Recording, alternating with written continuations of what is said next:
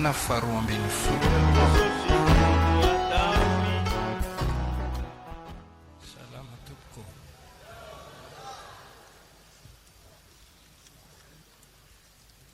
Androso amin'ny fandarana manaraka isika aka fotoana naovana vavaka iombonana na misy marary mila fanasitranana avy amin'Andriamanitra eto tsangana ampinoana fa hivavaka isika amin'Andriamanitra fo anasitranany ianao raha manana marary ianao dia mitsangana ihany koa hoentsika mambavaka ilay mararinao mba ho sitrana na eto izy na any amin'ny toeran-kafa raha misy olona fantatrao any hoany nangataka taminao mba ho entina mibavaka mipifaliana mihitsy na tokony atserovana ho azy amin'ny fitondrana mambavaka. Raha misy koa olona mila vavaka manokana ho an'ny fiainany ara-panahy maniry famonjena natany famonjena famelan-keloka fanafana fanomezana hery ny fanahy tsangana vavaka ho amin'izany isika ataontsika izany tsy maintsy ataontsika satria tenin'Andriamanitra milaza hoe fampivavaham-pitondra azy mavesatra mety samy manana ny toe-pahasalamany ny tsiraray avy manolany keo eo amin'ny ara-panahy tsy avela hiady rery ianao eto izao vavaka ataontsika miaraka izao manana finoana fahanampy ianao dia raina ny tompo iaraka tsangana isika rehetra etona miravaka izao ray eo ray masina ray be fitiavana ray be indrafo ray mahery mpanasitrana mpamela heloka manafaka amin'ny asaratsy rehetra mijoro eto amin'ny anaran'i Jesosy izay mangataka famonjena any fanany olona rehetra izay tonga eto mangetahita izany fanampiana avy aminao ary tsy hainy fahasoavanao hiasa mahery eo aminy amela ny elo manafaka amin'ny fatorana hitondra hery ho an'ny fanahy fahavelomana fifoazana jereo ireo marary injero ny tananao dia ireo ny aretina hiala aminy ary tsy hainy fahasoavana mitondra fahasalamana na ny tenany marary na ny kohonany marary na ny pantany marary entiny mibavaka ankehitriny minao any an-danitra ka mesa mitondra fitahinana be misaotra tompo anaran'i Jesosy amen. Manaraka hivavakantsika ho any manana olana rehetra mba hivaha izany mivavaka manofa zavatra ninina olana dia izao ihany mazotoa mivavaka mahavonjy Andriamanitra rehefa mivavaka isika dia manampy antsika be dia be Andriamanitra amin'ny fomba tsy takatra ny sainao mihitsy no anafahany ianao. Jona dia tany anatin'ny kibony hazan-drano natsipin'olona tany amin'ny ranomasina izy dia nisy hazan-drano be biby be nitelona azy tany anatin'ny kibony hazan-drano izy na tsy aro tena ary mbola mahafantatra fa misy Andriamanitra izay mpiay mivavaka lozany izany natsipony olona tany an-dranomasina ianao ohatra efa tena zavatra hoe maty afa natsipony olona ty an-dranomasina nagaga nefa fa mbola nisy hazan-drano ray mitelona azy tsarony mihitsy hoe io le hazan-drano fa mitelona azy tany izy mbola misy aina nefa tao izy mivavaka namindra fo Andriamanitra nodidian'Andriamanitra ilay hazan-drano andohan'ny Jona le natelony nalohany indray ary rehefa nalohany tsy tao anaty ranomasina teny amin'ny sisiny ranomasina velona Jona ny olana rehetra mahazo anao na dia verinao tsy misy fanantenana azy, ny vavaka manova zavatra. Ampiarahantsika amin'io ny vavaka fangatam-pitahiana. Manana zavatra maro ilaina ianao na ho an'ny tenanao na ho an'ny ankonanao. Fety ny andro.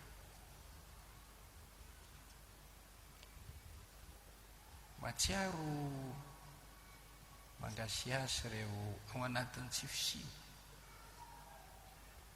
Izao vavaka manova zavatra. Andriamanitra manome hery anao hietrenao ny zava-misy eo amin'ny fiainanao ka tsy hampaninina anao izany. Ame vahaolana mihitsy izy izay hitondra fitahiana eo amin'ny fiainanao. Niza mila fitahiana, oka hery hivavaka.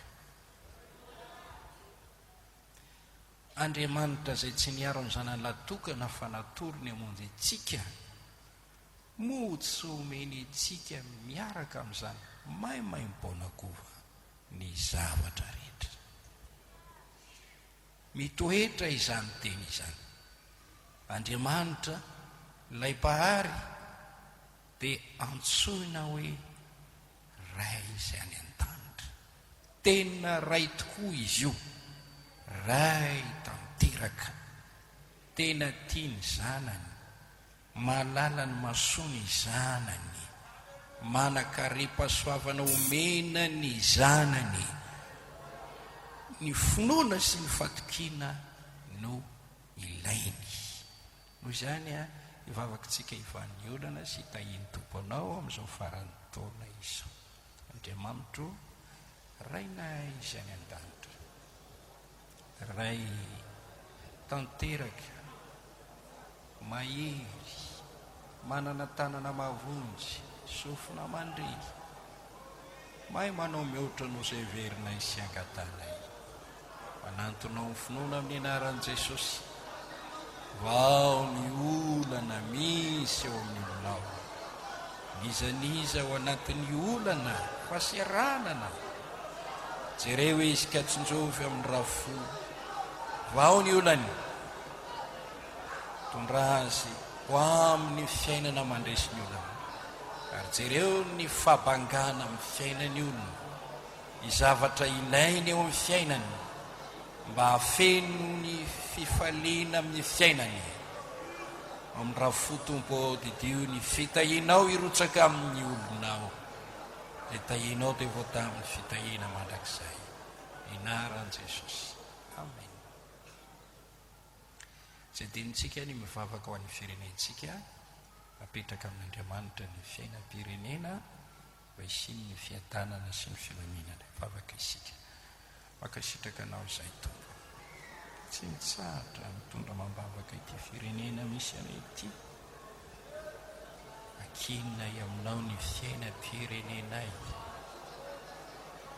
Raha vao ny hevidratsy tiany devolo tanterahana, noho ny amin'ny fiangonanao izay naorinao eto amin'ity firenena ity, sy noho ny amin'ny mpanomponao marobe, noho ny feo mitaraina, ndreo ny firenena, ndreo fiadanana sy filamina. Ny anaran'i Jesosy. Amen. Mazoa toerana tompoko.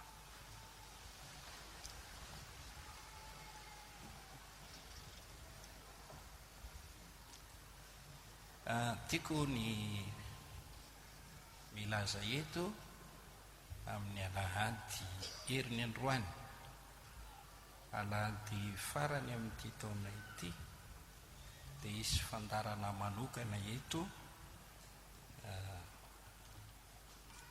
Iarahantsika rehetra manolotra maraina hariva. Tsirairay avy dia mba angatahako mba hanao jery todika ny fiainany, dia mba isaina ny asan'ny tompo, sy ny asan'ny tompo izay ataon'ny tompo any amin'ny hafa nefa, fa ny asa izay nataon'ny tompo teo amin'ny fiainanao. inona no nataon'i Jesosy teo aminao tamin'ity taona ity?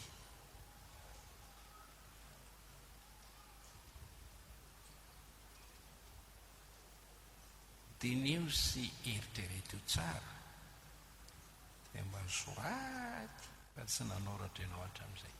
Isirantsika miteny hoe isao ny fitahiana azonao, soran'i Jehovah ry fanahy, aza misy adononao ny fitahiana rehetra. Ny fitahiana rehetra aza misy adononao.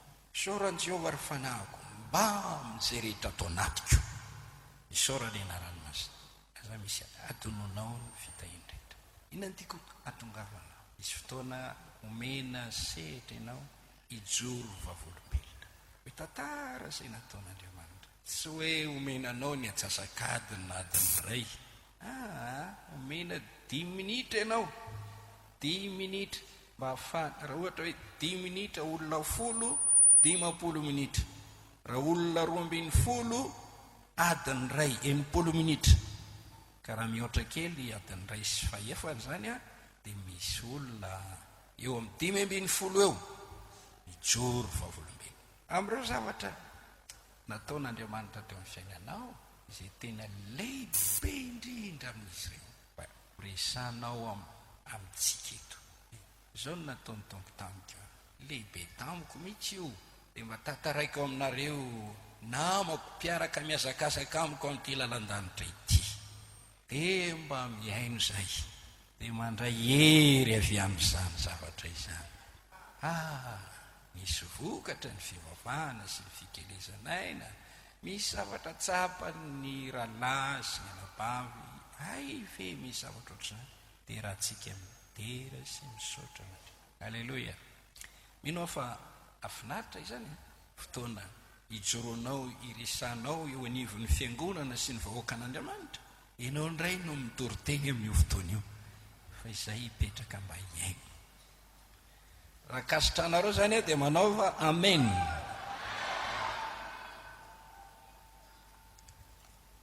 Dia mirary antsika rehetra hotratr'izay alady izay. Ingany tsisy matina reza.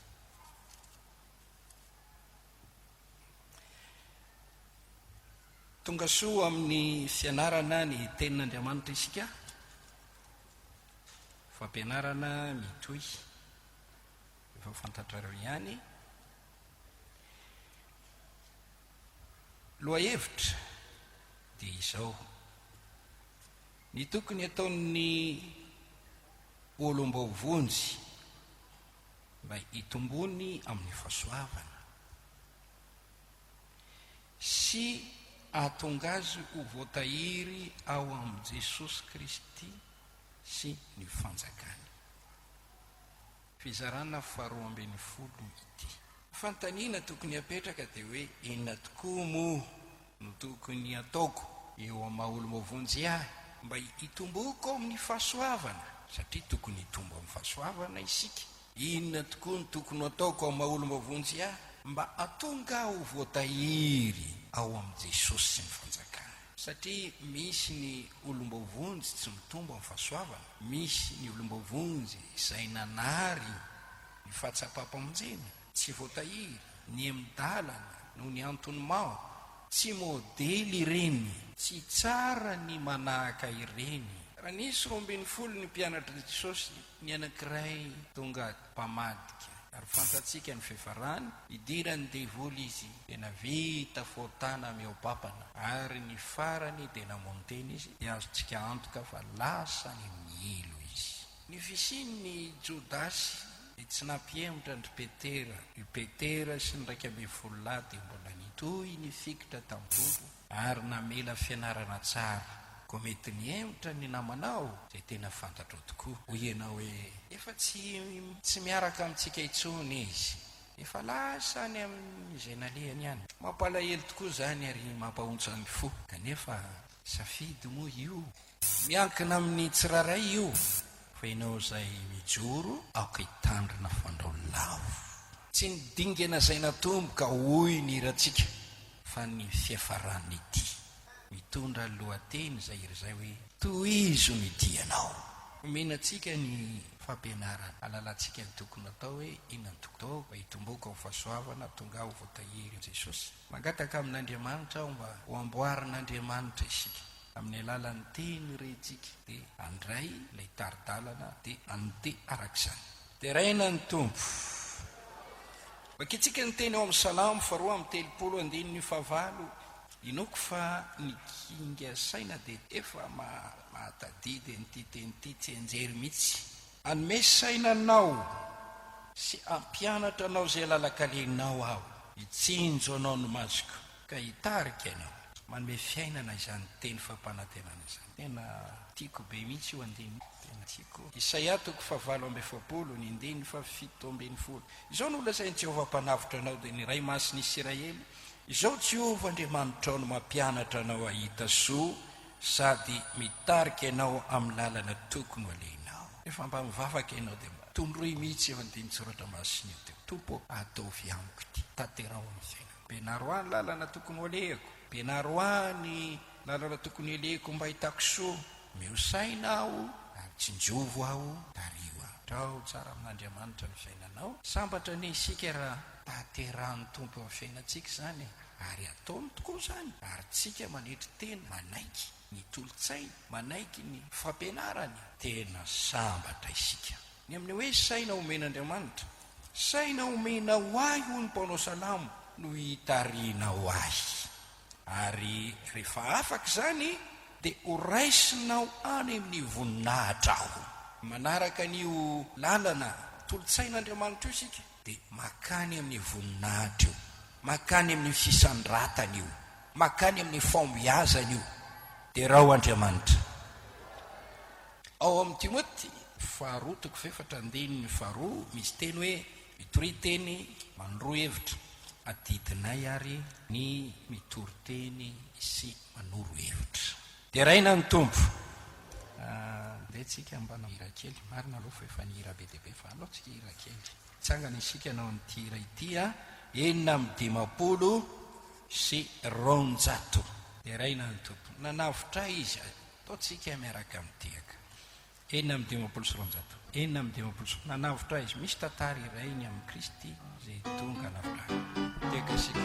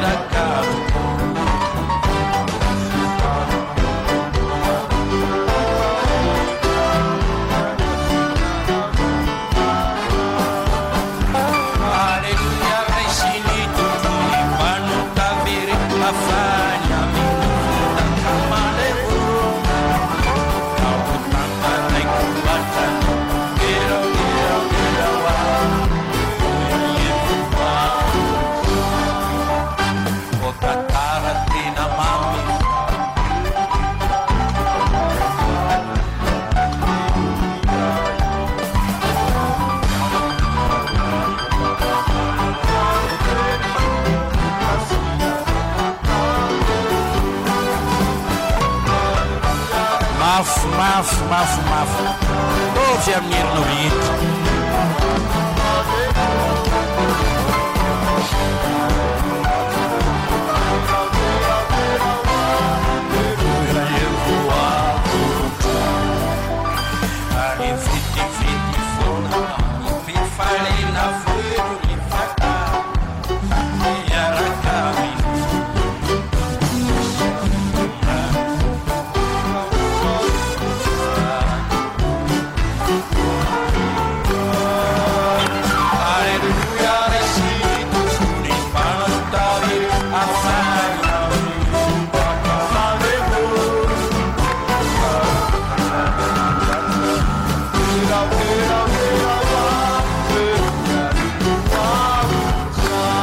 fahatelo tataratiana mamy feno fitahina fanelao devonenay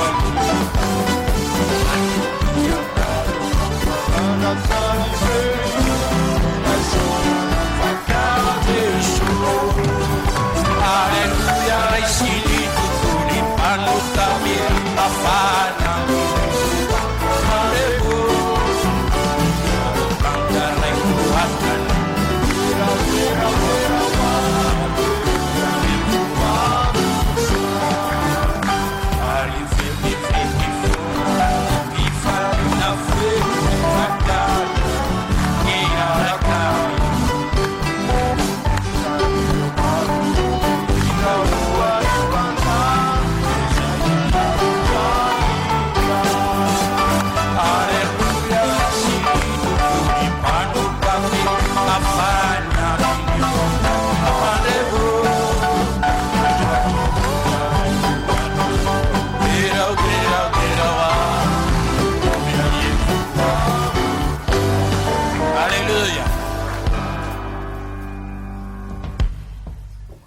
raina ny tompo. Ny zava-dehibe anankiray tokony ataon'ny olombovonjy dia ny fanaovana fitoriana amin'i Jesosy Kristy. Raha miresaka hoe tokony atao zava-dehibe ny fitoriana amin'i Jesosy dia manaova resaka, atao fotodesaka, tsy ala ao ambavanao ny filazana an' Jesosy. Amen. Misy hirantsika anankiray miteny hoe raha manontany ianao inona no vaovao dia laza hoe Jesosy, Jesosy, Jesosy ihany. Za mino fa ilay mpamorona ny tononkira dia mitaona ary mitarika hoe oka tsy ala eo ambavanao fitenenana momba an' Jesosy. Eo ama olombavonjy dia tokony ianao zava-dehibe mihitsy ny fitoriana. Fitoriana tsy hoe mitory amin'ny tribonaly ny tinambara fa filazana ny amin'i Jesosy. Ny antony dia izao ny Baiboly na ny soratra masina izay fitambara ny testamenta taloha sy ny testamenta vaovao dia boky tokana natao mba hiteny sy resaka anambara ny amin'i Jesosy. Jaona 5:7-30 dinio ny soratra masina ireny ny manambara. Luka 4:7-20 ka hatramin'ny 7:20 Jesosy dia nilaza tamin'ny mpianatra ireo teny nanambara azy ao amin'ny boky ny mpaminany, ny salamo ary ny lalàna. Isika olombavonjy dia olona natsoin'Andriamanitra sy nofodian'Andriamanitra ho mpitondra ny feon'Andriamanitra eto anivon'ity izao tontolo izao ity. Noho izany dia natsoina aho, natsoina ianao mba anambarany amin'i Jesosy. Natao andraikitra ho an'ny olombavonjy mihitsy ny filazana an' Jesosy. Dia raha Andriamanitra, ny Baiboly dia antsoina hoe tenin'Andriamanitra, marina izany. Tenin'Andriamanitra tena mahasoa. Timoty 2:7-9:10. Ny soratra masina dia avy amin'ny tsindry mandrin'Andriamanitra. Ireo rehetra ireo dia mahasoa avokoa. Ny zavatra mahagaga dia ity: Jesosy Kristy izany tenin'Andriamanitra izany. Filazany tsara ny Jaona toko voalohany ny andininy voalohany izao no voasoratra: tany am-piandohana ny teny ary ny teny dia tao amin'Andriamanitra ary ny teny dia Andriamanitra. Izy dia tao amin'Andriamanitra hatrany am-piandohana. Izy no nariana ny zavatra rehetra, ary raha tsy izy dia tsy nisy ary izao zavatra no ariana rehetra izao. Izy no nisy fiainana, ary ny fiainana no fanazavana ny olona. ny andininy ny fefatrameny folo ary ny teny dia tonga nofo ka nonona tamintsika ary hitanay ny voninahiny dia voninahitra mendrika ho an'ny lahtokana avy tamin'iray sady feno fahasoavana sy fahamarinana. Jesosy io tenin'Andriamanitra io. Fanambarana toko 7:10 ny andininy 7:10 ary ny tafy akanjo voatsoboka tamin'iray izy ary ny anarany atao hoe ny tenin'Andriamanitra. Ny Baiboly dia feno famporosiana atsika olombavonjy, olon'Andriamanitra hiasa anao fitoriana ny tenin'Andriamanitra. Inona moa izany tenin'Andriamanitra izany? Jesosy zany. Rehefa hoe mitoriana ny tenin'Andriamanitra dia tsy maintsy miteny sy miresaka ny amin'i Jesosy. Ny firesahana ny amin'i Jesosy Kristy na ny fitoriana ny amin'i Jesosy Kristy dia tsy inona tsy zavatra hafa fa fitoriana ny tenin'Andriamanitra izany. Amen. Hoy ny soratra masina, mitoria teny.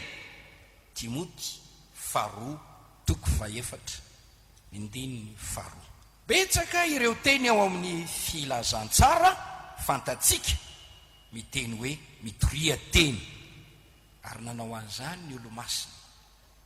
Jereo anie no nataon'izy ireo amin'ny asan'ny apôstôly toko 5 ny andininy 20 famporosiana ity, mandihana ka mitsangana ka lazao amin'ny vahoaka eo amin'ny tempolo ny teny rehetra milaza izany fiainana izany.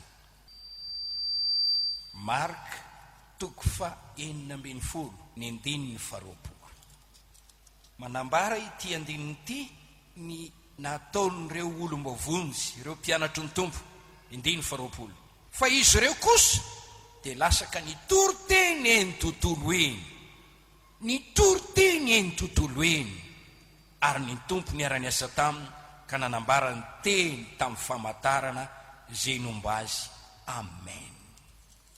Asan'ny apôstôly toko 4:30 ireo olona nandray ny fahafenon'ny fanahy masina dia tonga mpanambara ny tenin'Andriamanitra avokoa.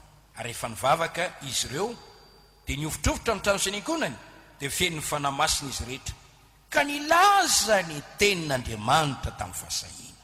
Asan'ny apôstôly toko 9 ny andininy 4. Noho izany izay ny ely dia nandeha nitory ny teny tontolo eny. Itory ny tenin'Andriamanitra ireo rehetra nandray ny fahafenon'ny fanahy masina. Ny mpianatry ny tompo dia lasa nandeha nitory teny rehetra teny. Zava-dehibe izany fitoria-teny izany. Tokony ataontsika tanjona ny fitoria-teny. Raha mivavaka ianao mpanota te ho voavonjy, rehefa voavonjy ianao dia tokony isy atana tohatra amin'ny ranao indray dia ianao mitsangana, ianao mandray andraikitra mitory ny tenin'Andriamanitra. Raha mivavaka ianao mba handray ny fanahy masina, nomena ny fanahy masina, feno ny fanahy masina, dia tsy tokony hijanona eo fa tokony hihetsika ianao andeha hitory ny tenin'Andriamanitra. Lalana ho amin'ny fitombona ao amin'ny fahasoavana ny fanoloranao tena mba hitory ny tenin'Andriamanitra. Lalana hitehirizan'Andriamanitra anao ao amin'i Jesosy ny fandraisanao andraikitra manao ny asa fitoria-teny. Tokony ataonao tanjona io. Amen. Rehefa mandray ny tenin'Andriamanitra isika ka mihinana ny tenin'Andriamanitra ho sakafo ny fanahintsika dia mila mandray ny tenin'Andriamanitra koa isika ho vo afafitsika eo amin'ny tanimbolon'ny tompo na eto amin'ity zao tontolo zao ity izay tany famafazana ny voatsara ny fiainana. Dia raha Andriamanitra ao amin'ny Isaia 5:10 ny andininy 10 ny teniny alokon'ny vavako dia tsy miverina amiko foana fa tahaka ny ranorana milatsaka ny tany ka tsy miverina foana raha tsy mahavoto ny tany. Dia hoy izy, hanina ho an'ny mpihinana sy voa amin'ny mpamafy. Mihinana ny tenin'Andriamanitra aho, manangona ny tenin'Andriamanitra, betsaka atao-poko mba izarako izany any amin'ny hafa.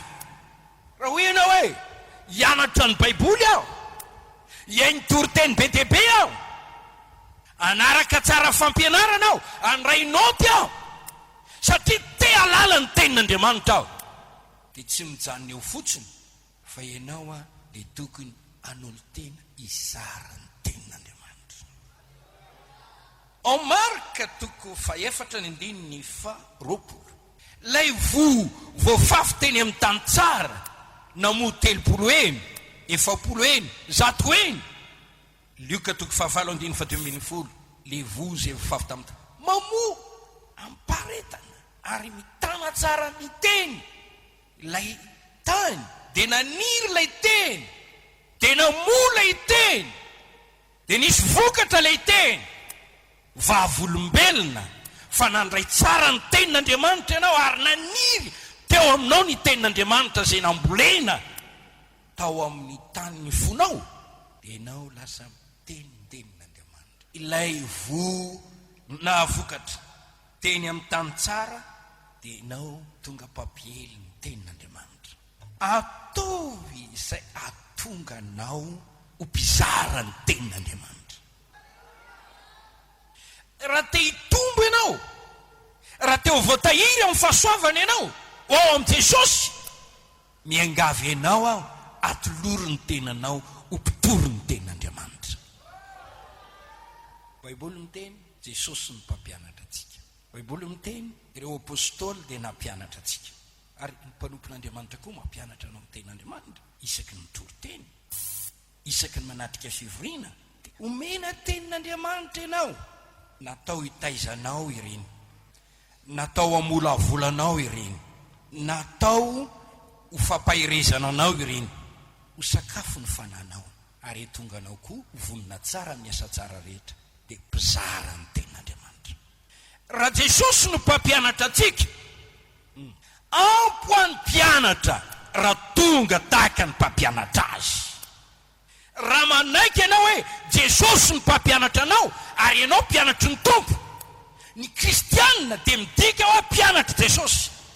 Ampo any mpianatra raha tonga tahaka ny mpampianatra azy. Zany voasoratra ao amin'ny Matthieu 4:4-5. Ary zay nianatra ny tenin'Andriamanitra ka nahay ny tenin'Andriamanitra dia tokony ampianatra ny hafa. Timoty 2:2-5.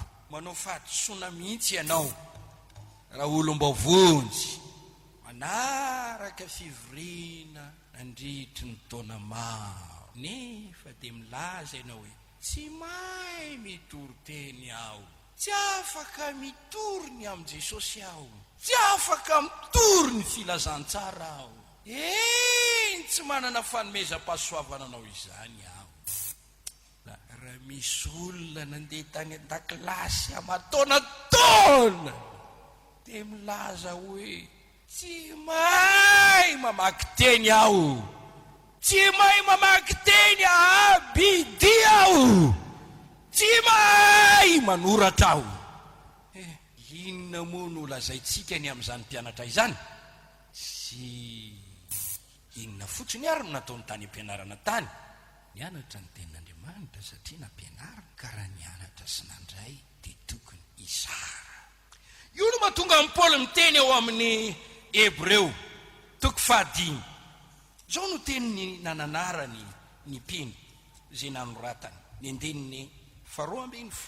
Fa na dia tokony efa mpampianatra aza ianareo noho ny fahelan'ny andro, dia mbola mila zay ampianatra anareo ny abidi-pianaran'ny teny velona zay miasa an'Andriamanitra indray, ary efa toy ny tokony homendry nono ianareo fa tsy ena mafy. Hoe fahelan'ny fotoana, jereo fahelan'ny fotoana ny vavahana, ela ovina ianao ny vovonjy, za efa 10 taona lasa zay nandraisako famonjena, ovina ianao ny vovonjy, efa 5 taona lasa zay. fianarana ane ireo olona zany atao hoe mianatra medicine za 7 taona miamienaka hatriny mianatra informatika tonga mahay le olona mianatra ianao kristiana nanaraka fivoriana lady maraina isanandro sy rano atramina voavonjy ianao natomina maki baiboly tokony anana targety ianao hianatra ny baiboly aho mba ho fiainako sy hotoriko any amin'ny hafa. Maro be ny bino tsy mitombo amin'ny fahasoavana satria tsy mba nanao zay ezaka fanolorantena mba atonga azy ho mpitory ny tenin'Andriamanitra. Manitsy ianao androany, manome andraikitra anao androany hoe mba asio tanjona rety fanarana fivoriana matetika ity mba hatonga anao ho mpitory ny tenin'Andriamanitra. Mihinana dia mandray vo mba hafafy. Izay nomena dia omena andraikitra mba izara. Nahazo maimaimpona ianareo manomeza maimaimpona. Izaho nandray ny filazantsara ho i Paoly ary izay noraisiko no natolotro anareo kosa. Zaho nandray tamin'ny tompo dia atolotro anareo. Ny saina rehetra izay nomen'Andriamanitra dia omeko anareo.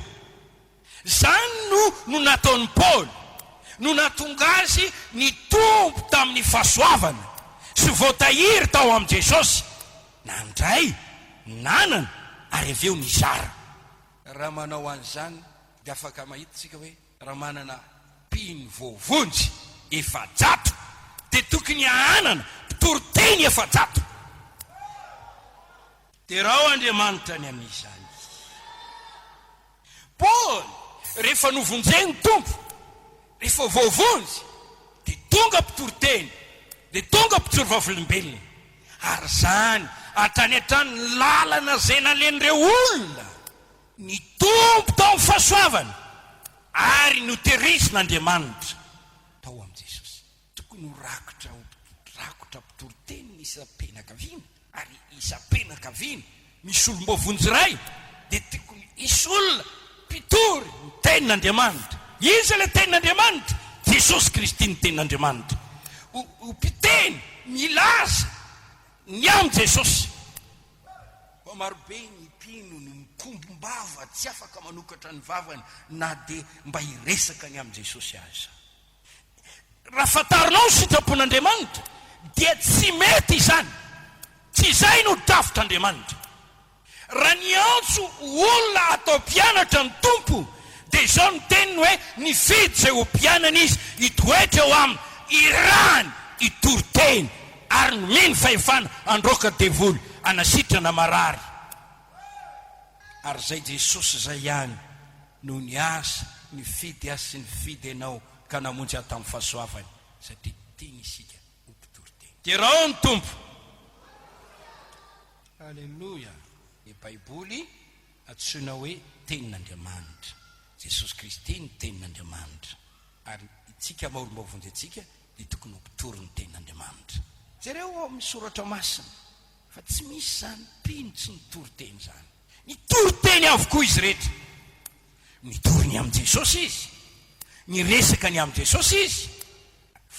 Foto-dresaka mihitsy io, valan-dresaka nataony io, isaky miteny izy dia miteny ny amin'i Jesosy.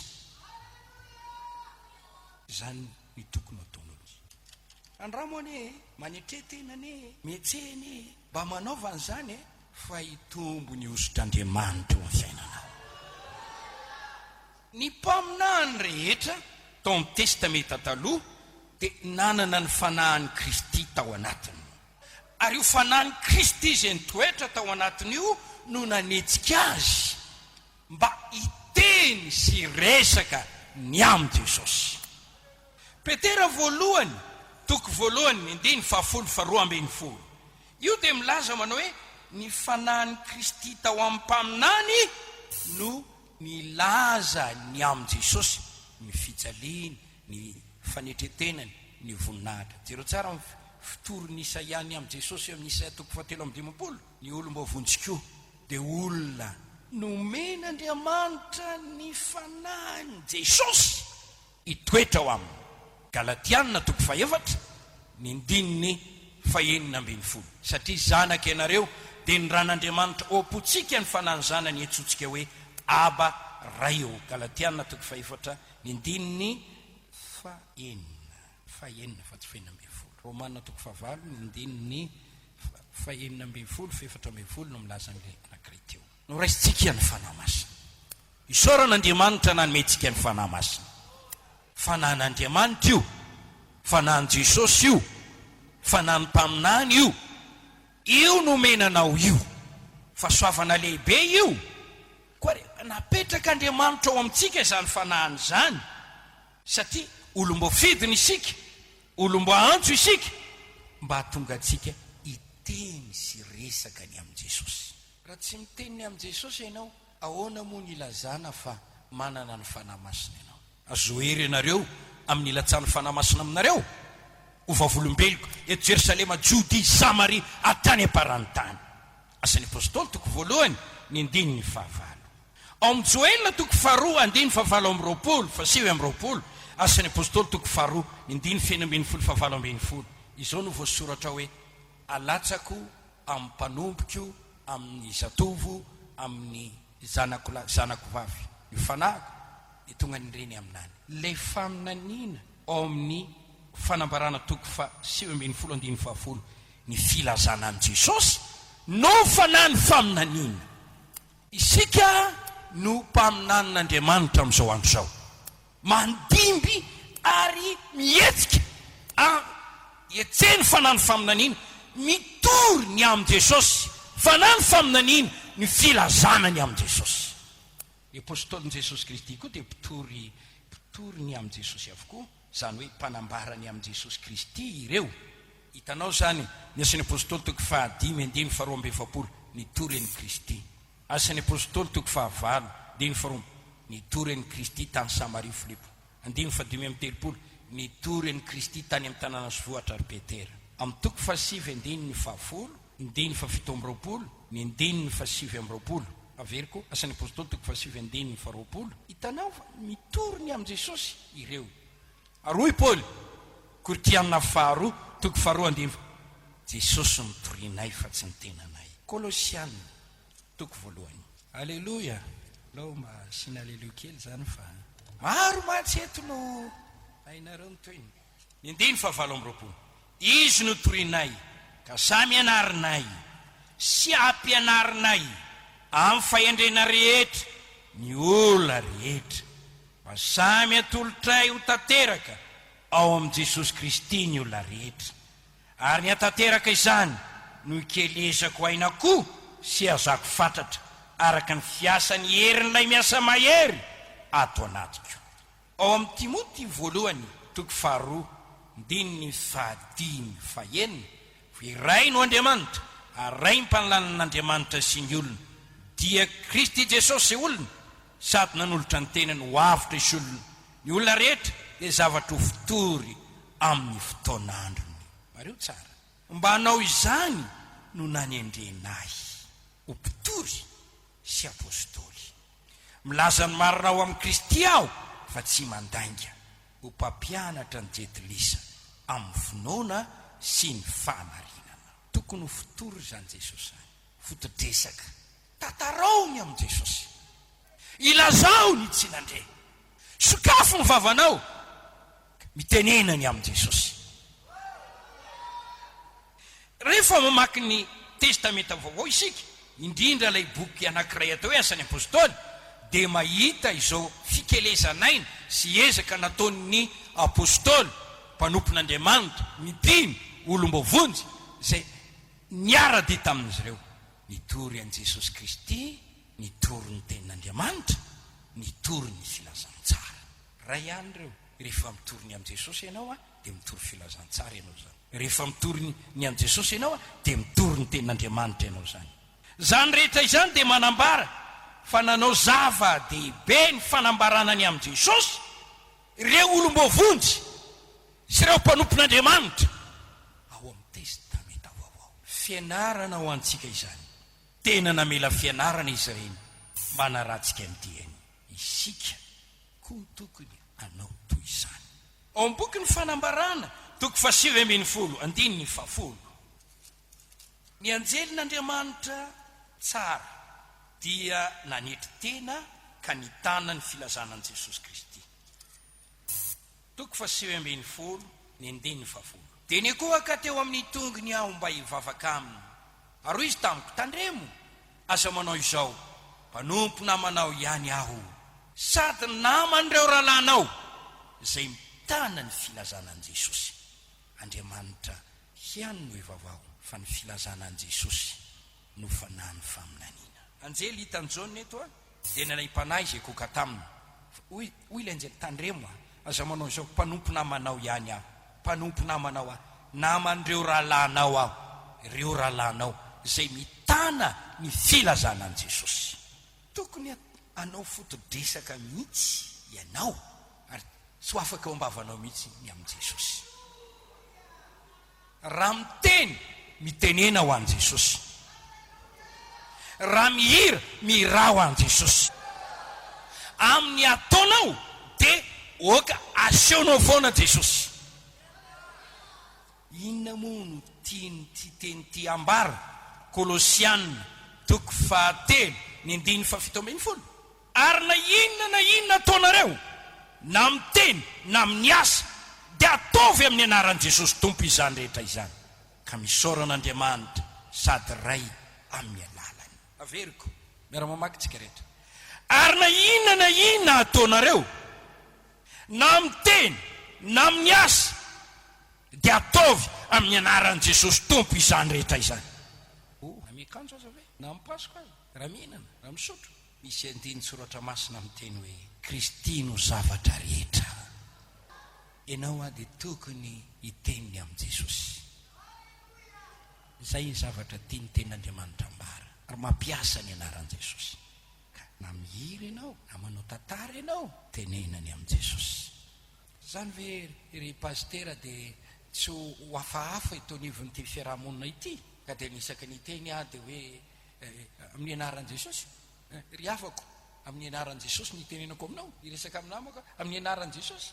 Mety agaga azy zany hoe maninona ary ty olona ty no miteny foana zany anaran'i Jesosy. Fa hoy ianao hoe ohatrany dia misehoseho be efa ne mety ho zavatra lafiny afaka hoe aiza ary lay Jesosy no teresany foana, ary mety ametra-pantiny. Fa maninona ka ianao no miteny ny anaran'i Jesosy foana, dia misokatra ny varavarana. Tsy maintsy miteny ny anarany aho, satria izy lay marina fantatro, ary izy lay Andriamanitra zay mahery sy mahavonjy ahy.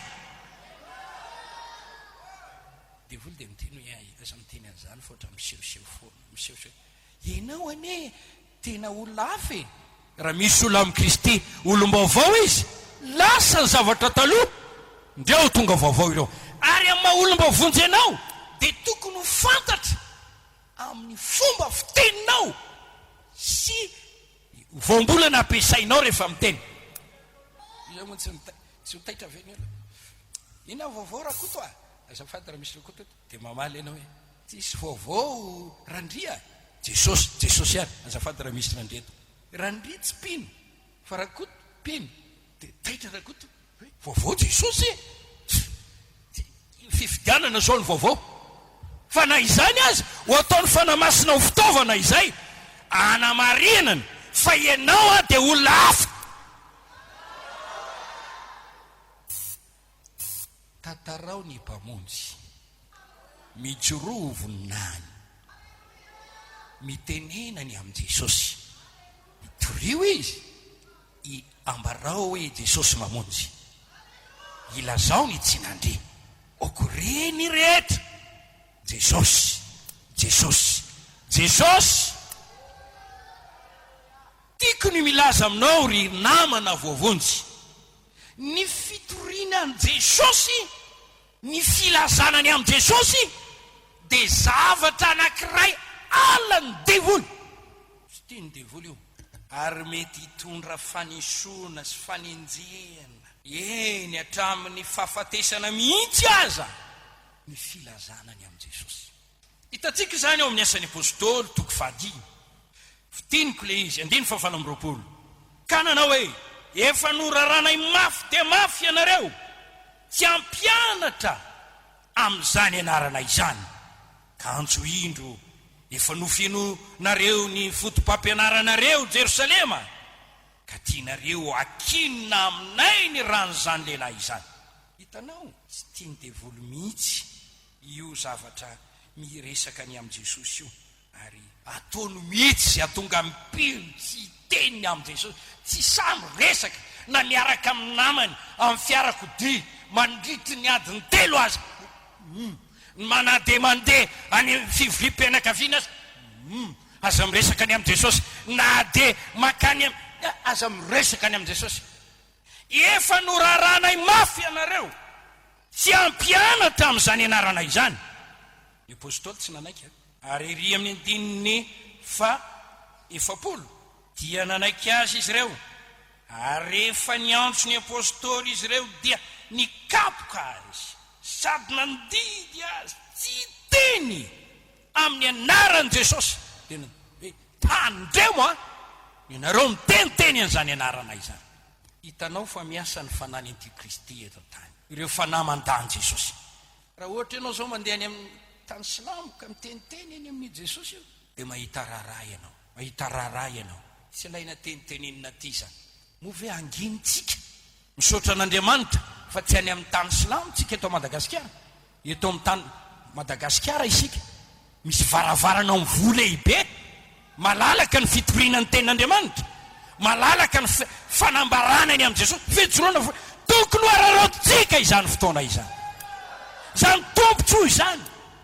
Zay no nisy zavatra mahafinaritra eto amin'ity firenenetsika ity na dia atao hoe be dia be ny miditra am-piangonana na dia tsy dia tena ao tsara tsy nateraka indray zany sasany maro ny olona ny manaiky ny baiboly tenin'Andriamanitra fa ny amin'ny firenena hafa tsy mahita eglizy kristianina zany ianao hoe tsisy an'izany tsisy an'izany fitoriana zany koa raha novonjen'Andriamanitra isika ry rahalahy sy anabavy amandrivony eto amin'ity fiangonana fohy be ny Jesosy mamonjy ity oka n'olo tena iteny sy resaka ny amin'i Jesosy.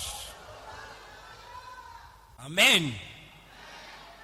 Maka fotoana mihitsy ianao itatarana ny amin'i Jesosy iresana ny amin'i Jesosy amin'ny namanao eny am-pandehanana eo am-pisakafoanana any am-pianarana eo am-pakana rivotra eny aleo hovatsika amin'izay ny resaka manana zavatra ho tenena aminao ny zavatra momba an'i Jesosy mba tiako resana aminao akatoko no elo zao mo tsy ataontsika fotodresaka anararoatra io evenoma io mba iresantsika amin'ny olona ny amin'i Jesosy mba fantatrao moa ny atao hoe krismasy mba fantatrao moa ny hoeny tiako ny manampy ianao fa izao no izy misy mpamonjy teraka teto ambonin'ny tany Jesosy ary za dia tena nanana tombotsoa fotoana tokony iresanao ny amin'i Jesosy.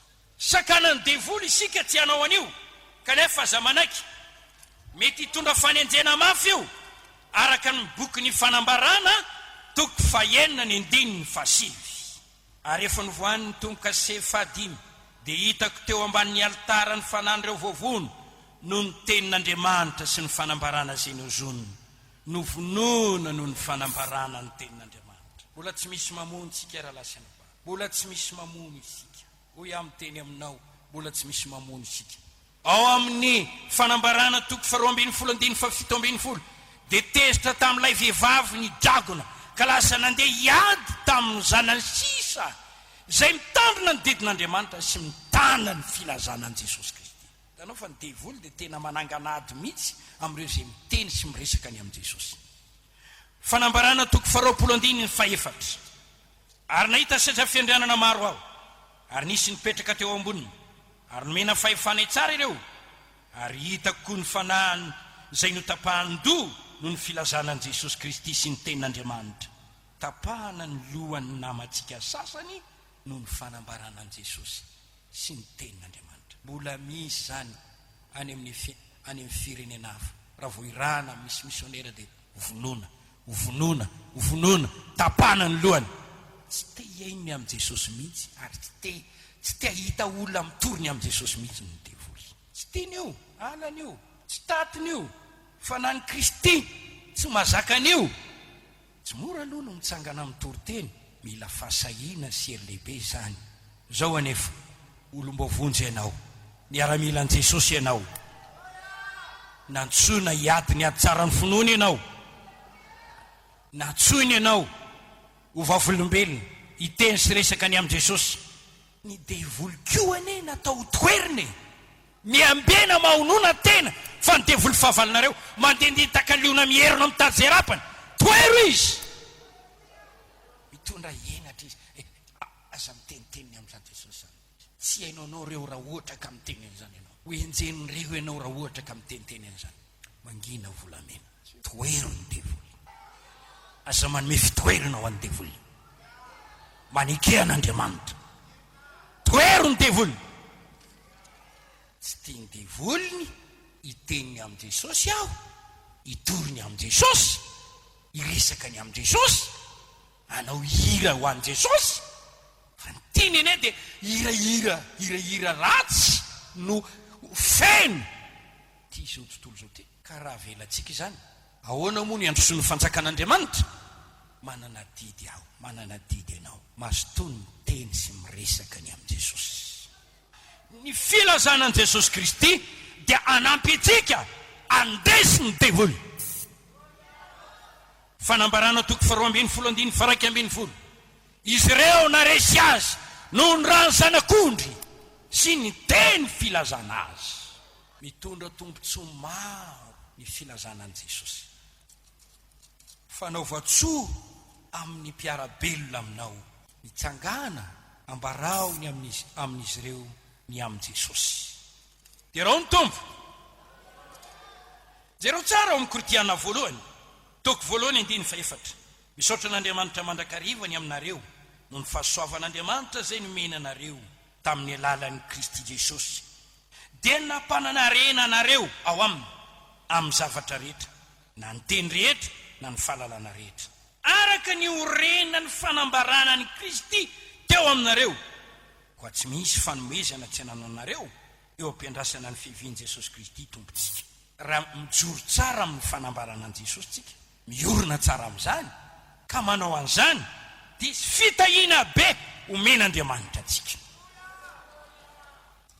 Ao amin'ny Asan'ny Apôstôly toko 9. Tantara Filipo nandeha tany Samaria nitoren'i Kristy tao. Inona izy? Nivoaka ny devoly, sitrana ny marary, nisy fifaliana lehibe, nitsangana ny fiangonana, nisy fifohazam-panahy.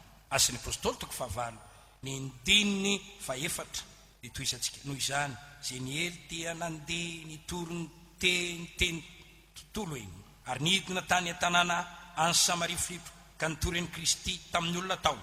Ary voaka betsaka ny iray hevitra ny aino izay nolazain'ny Filipo raha nandray azy sy nahita ny fahagagana nataony. Ary ny fanahy maloto ny antso tamin'ny fehamahery dia nivoaka tamin'ny maro izay nanana azy, ary maro marary ny paralysy mihovitrovitra sy mandringa no sitrana, ary nisy fifaliana lehibe tao amin'izany tanàna izany.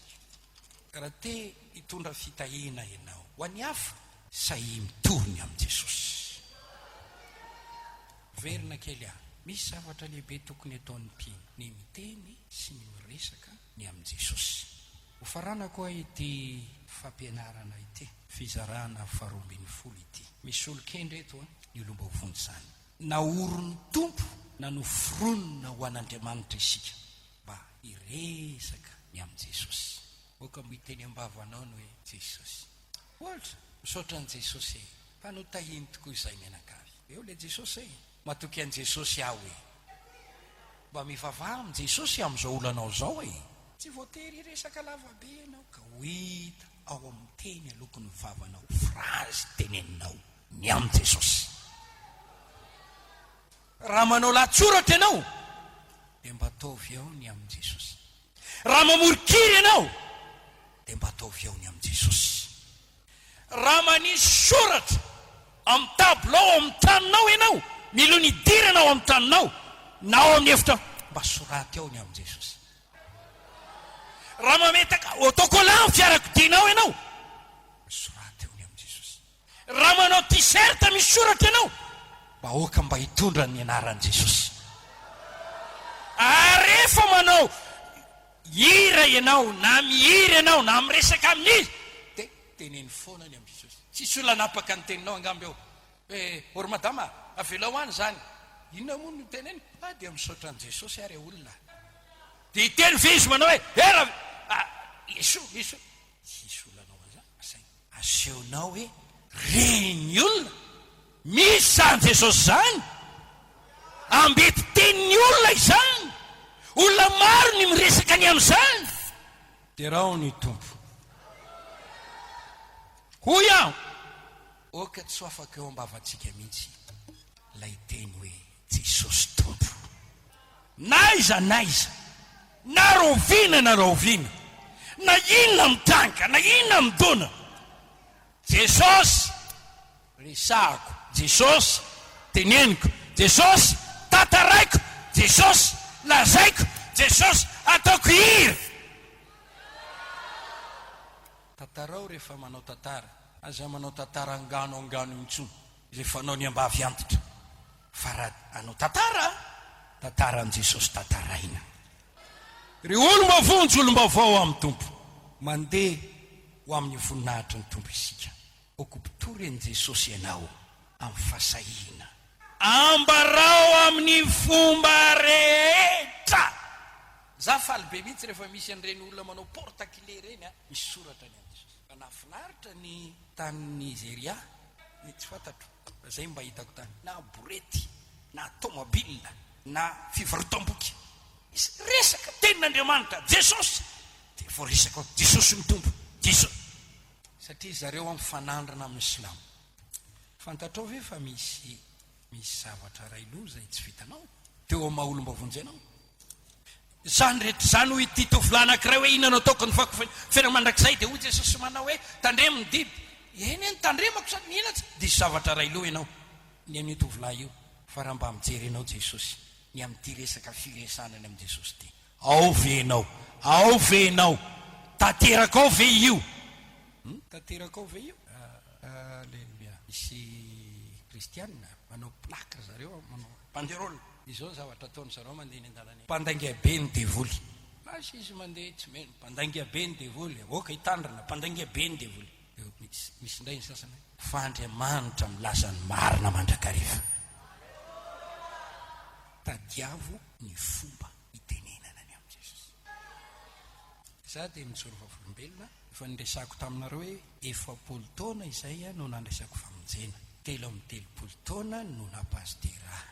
Ary rehefa nivoafo aho zay tsy dia mbola tena feno fahalalana loatra ny baiboly, kely dia kely ny any mba fantatro. Fa ny zavatra zay mba nataoko ary fahasoavana nomena izany dia zay tenen'ny pastera dia narahako avokoa. Ary diso manaraka loatra ny arabaky tenin'ny soratra masina azaho.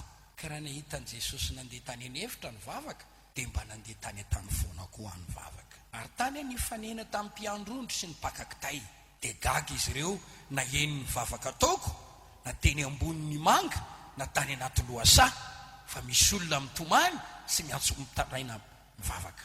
Tateorena nahitany zany nataoko zany hoe misy tsy fahendrena ihany nataoko, dia nahitsiko zany.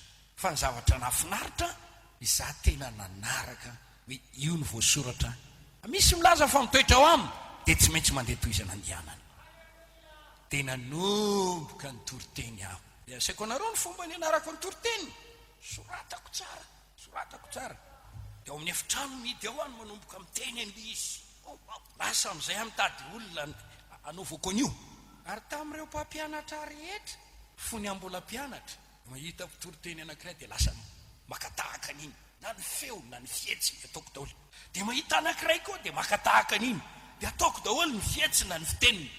Dia takizany nataoko tamin'ny fahazazako ara-panahy. Fa rehefa tateoriana dia navelako ireny, dia izay tena mahizy amin'izay no ataoko. Fa ny marina dia nanomboka aho ny teny sy ny resaka ny amin'ny Jesosy. No rabirabiany namako no ison'izy ireo indray matetika dia naiky no tadiavin'le rangahy anankiray izay famaky ary naiky ny kapainy, ary matetika dia niatika torabato ndraiky matetika dia sedra n'izany satria matetika dia mandeha rery mitety vohatra mitety tanàna mitory miamy Jesosy ary hatramin'izany za 17 taona izany ary ankehitriny aho zao fa efa hiditra neny amin'ny faha-9 taonako dia mbola miteny sy miresaka ny amin'ny Jesosy aho. Hoy ianao hoe ahoana ary naretako, nahoana no niterisin'Andriamanitra, nahoana no nomeny fahasoavana? Ny tompo tamin'ny fahasoavanao satria arakaraka ny nandraisako ka nandianako no nampitomboan'Andriamanitra. Tiako ianao mba handeha amin'izany lalana izany. Izay manao ny sitrapon'Andriamanitra no maharitra mandrakizay. Raha mandeha amin'ny lalana izay tian'Andriamanitra andehananao ianao dia hitahiry ianao amin'ny fahasoavana izy. Rehefa tapa-kevitra ianao hitorony amin'i Jesosy dia tiako mba hovalianao reto fanontaniana reto. Eritrereto fa misy olona no mametraka fanontaniana hoe iza moa zany Jesosy zany? Inona moa no nataon'izany Jesosy zany ho an'izao tontolo izao? Inona no nataony ho anao io ianao izay mitory io? Inona no fahatsarany Jesosy? Dia afaka mitory ny azo fijaliana ianao, mitory ny asan'ny rany ianao, mitory ny dikapoka taminy ianao, mitory ny fahatsarany ianao, mitory ny zavatra azo Jesosy atao. Mety isy olona hiteny any hoe move mbola afaka manao zava-dehibe zany Jesosy zany. Lazao ny amin'ny Jesosy dia hitombo ny fahasoavan'Andriamanitra eo amin'ny fiainanao. Matoky amin'ny kely ianao ary ho tendren'Andriamanitra mpanapaka ny be. Mazotoa mitantara ny amin'ny mpamonjy hivavaka isika angataka mba ho fenona ny fanahy masina. Zay hanampy ianao hiresaka ny amin'ny Jesosy, hira ny amin'ny Jesosy, hitory sy hampianatra ny amin'ny Jesosy. Asio tanjona ity fanarana fivoriana ity. Alleluia. Izay ne momba inone mpiangona kely, mpiangona tsotra. Tsara ihany aloha raha mpiangona tsotra. Mpiangona kely. Eo marina tsotra mihitsy ny sasany, tsy mpiny tsotra. Raha tsotra izy dia mora nitarika azy, fa tsy tsotra mihitsy izy. Mba misy fandarana hoe ndeha hitory-teny isika, andeha hitory-teny vehivavy lehibe, ndeha hitory-teny lehilahy lehibe, ndeha hitory-teny ny tanora. Tsy tsotra mihitsy izy. Nefa raha mianatra katao dia voalohany dia mba falifalele may gatao azy ao.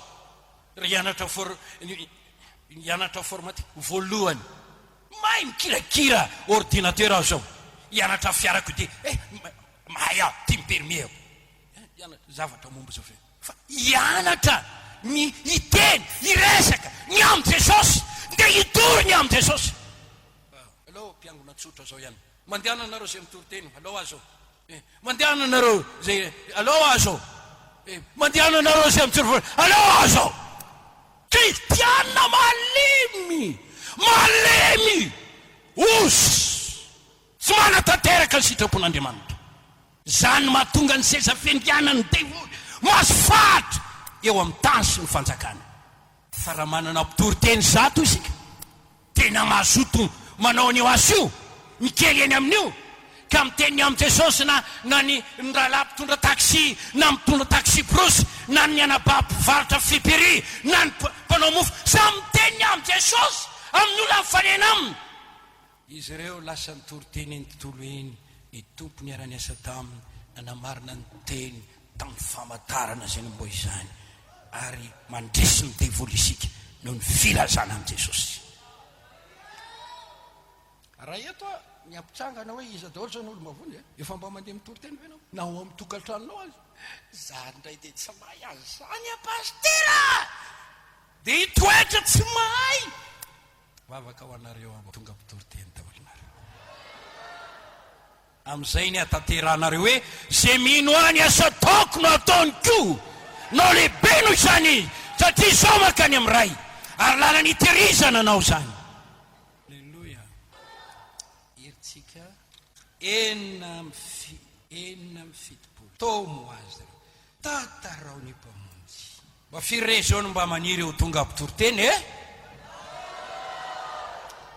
mangataka amin'ny tompotsika amin'ny taona ho avy raha sitrapon'ny tompo a dia isy fandarana eto a fiofanana ho amin'ny fitoriteny izay atonganao ho mpitoroteny laika. Omena i sertifika mihitsy ianao dia raha Andriamanitra enina amin'ny fitopolo tomo azy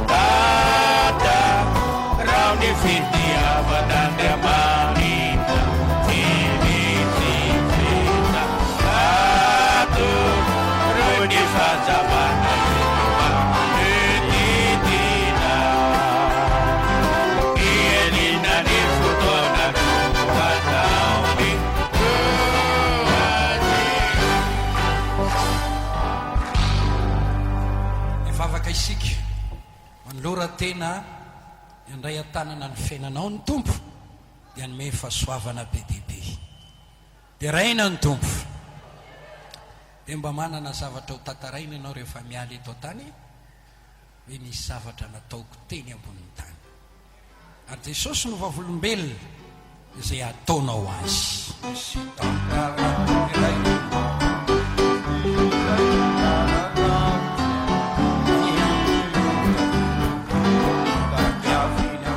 irinay a ho tonga mpitoroteny avokoa ianareo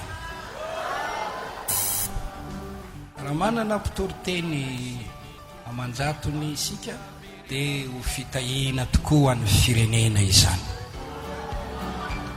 ho an'ny olo mba hovonjy rehetra mivoaza fahazamatory refeso ny fiainam-pananao amin'ny fanoloratenanao ny fandehanao manahoana moa ny fitombonao amin'izany fahasoavana izany manoloratena minao fa mikasika ny fony maro Andriamanitra hoe manahoana tokoa moa ny amiko zay mianatra amin'ny baiboly mandray noty kahie firy ny efa feno noty maro ny teny pastera tena ninoko ny sedenao ary tena feno nitoro-teninareo ny boky fa nitondra inona e nitondra inona nanetsika anao anahoana zay zavatra renao sy nampianarina anao teto manahoana ny vokany raha feno zany zavatra izany tokony tobaka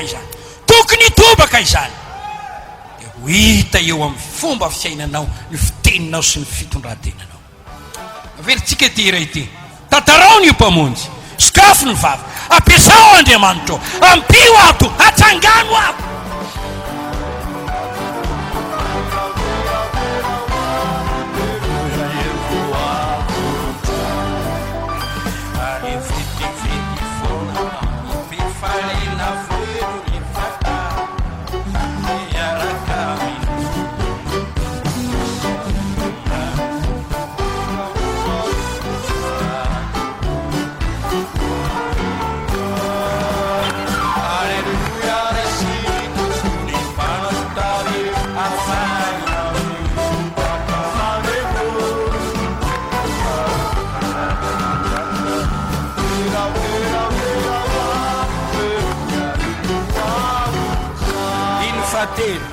tataratina mamo feno fitahina fanelao devonenai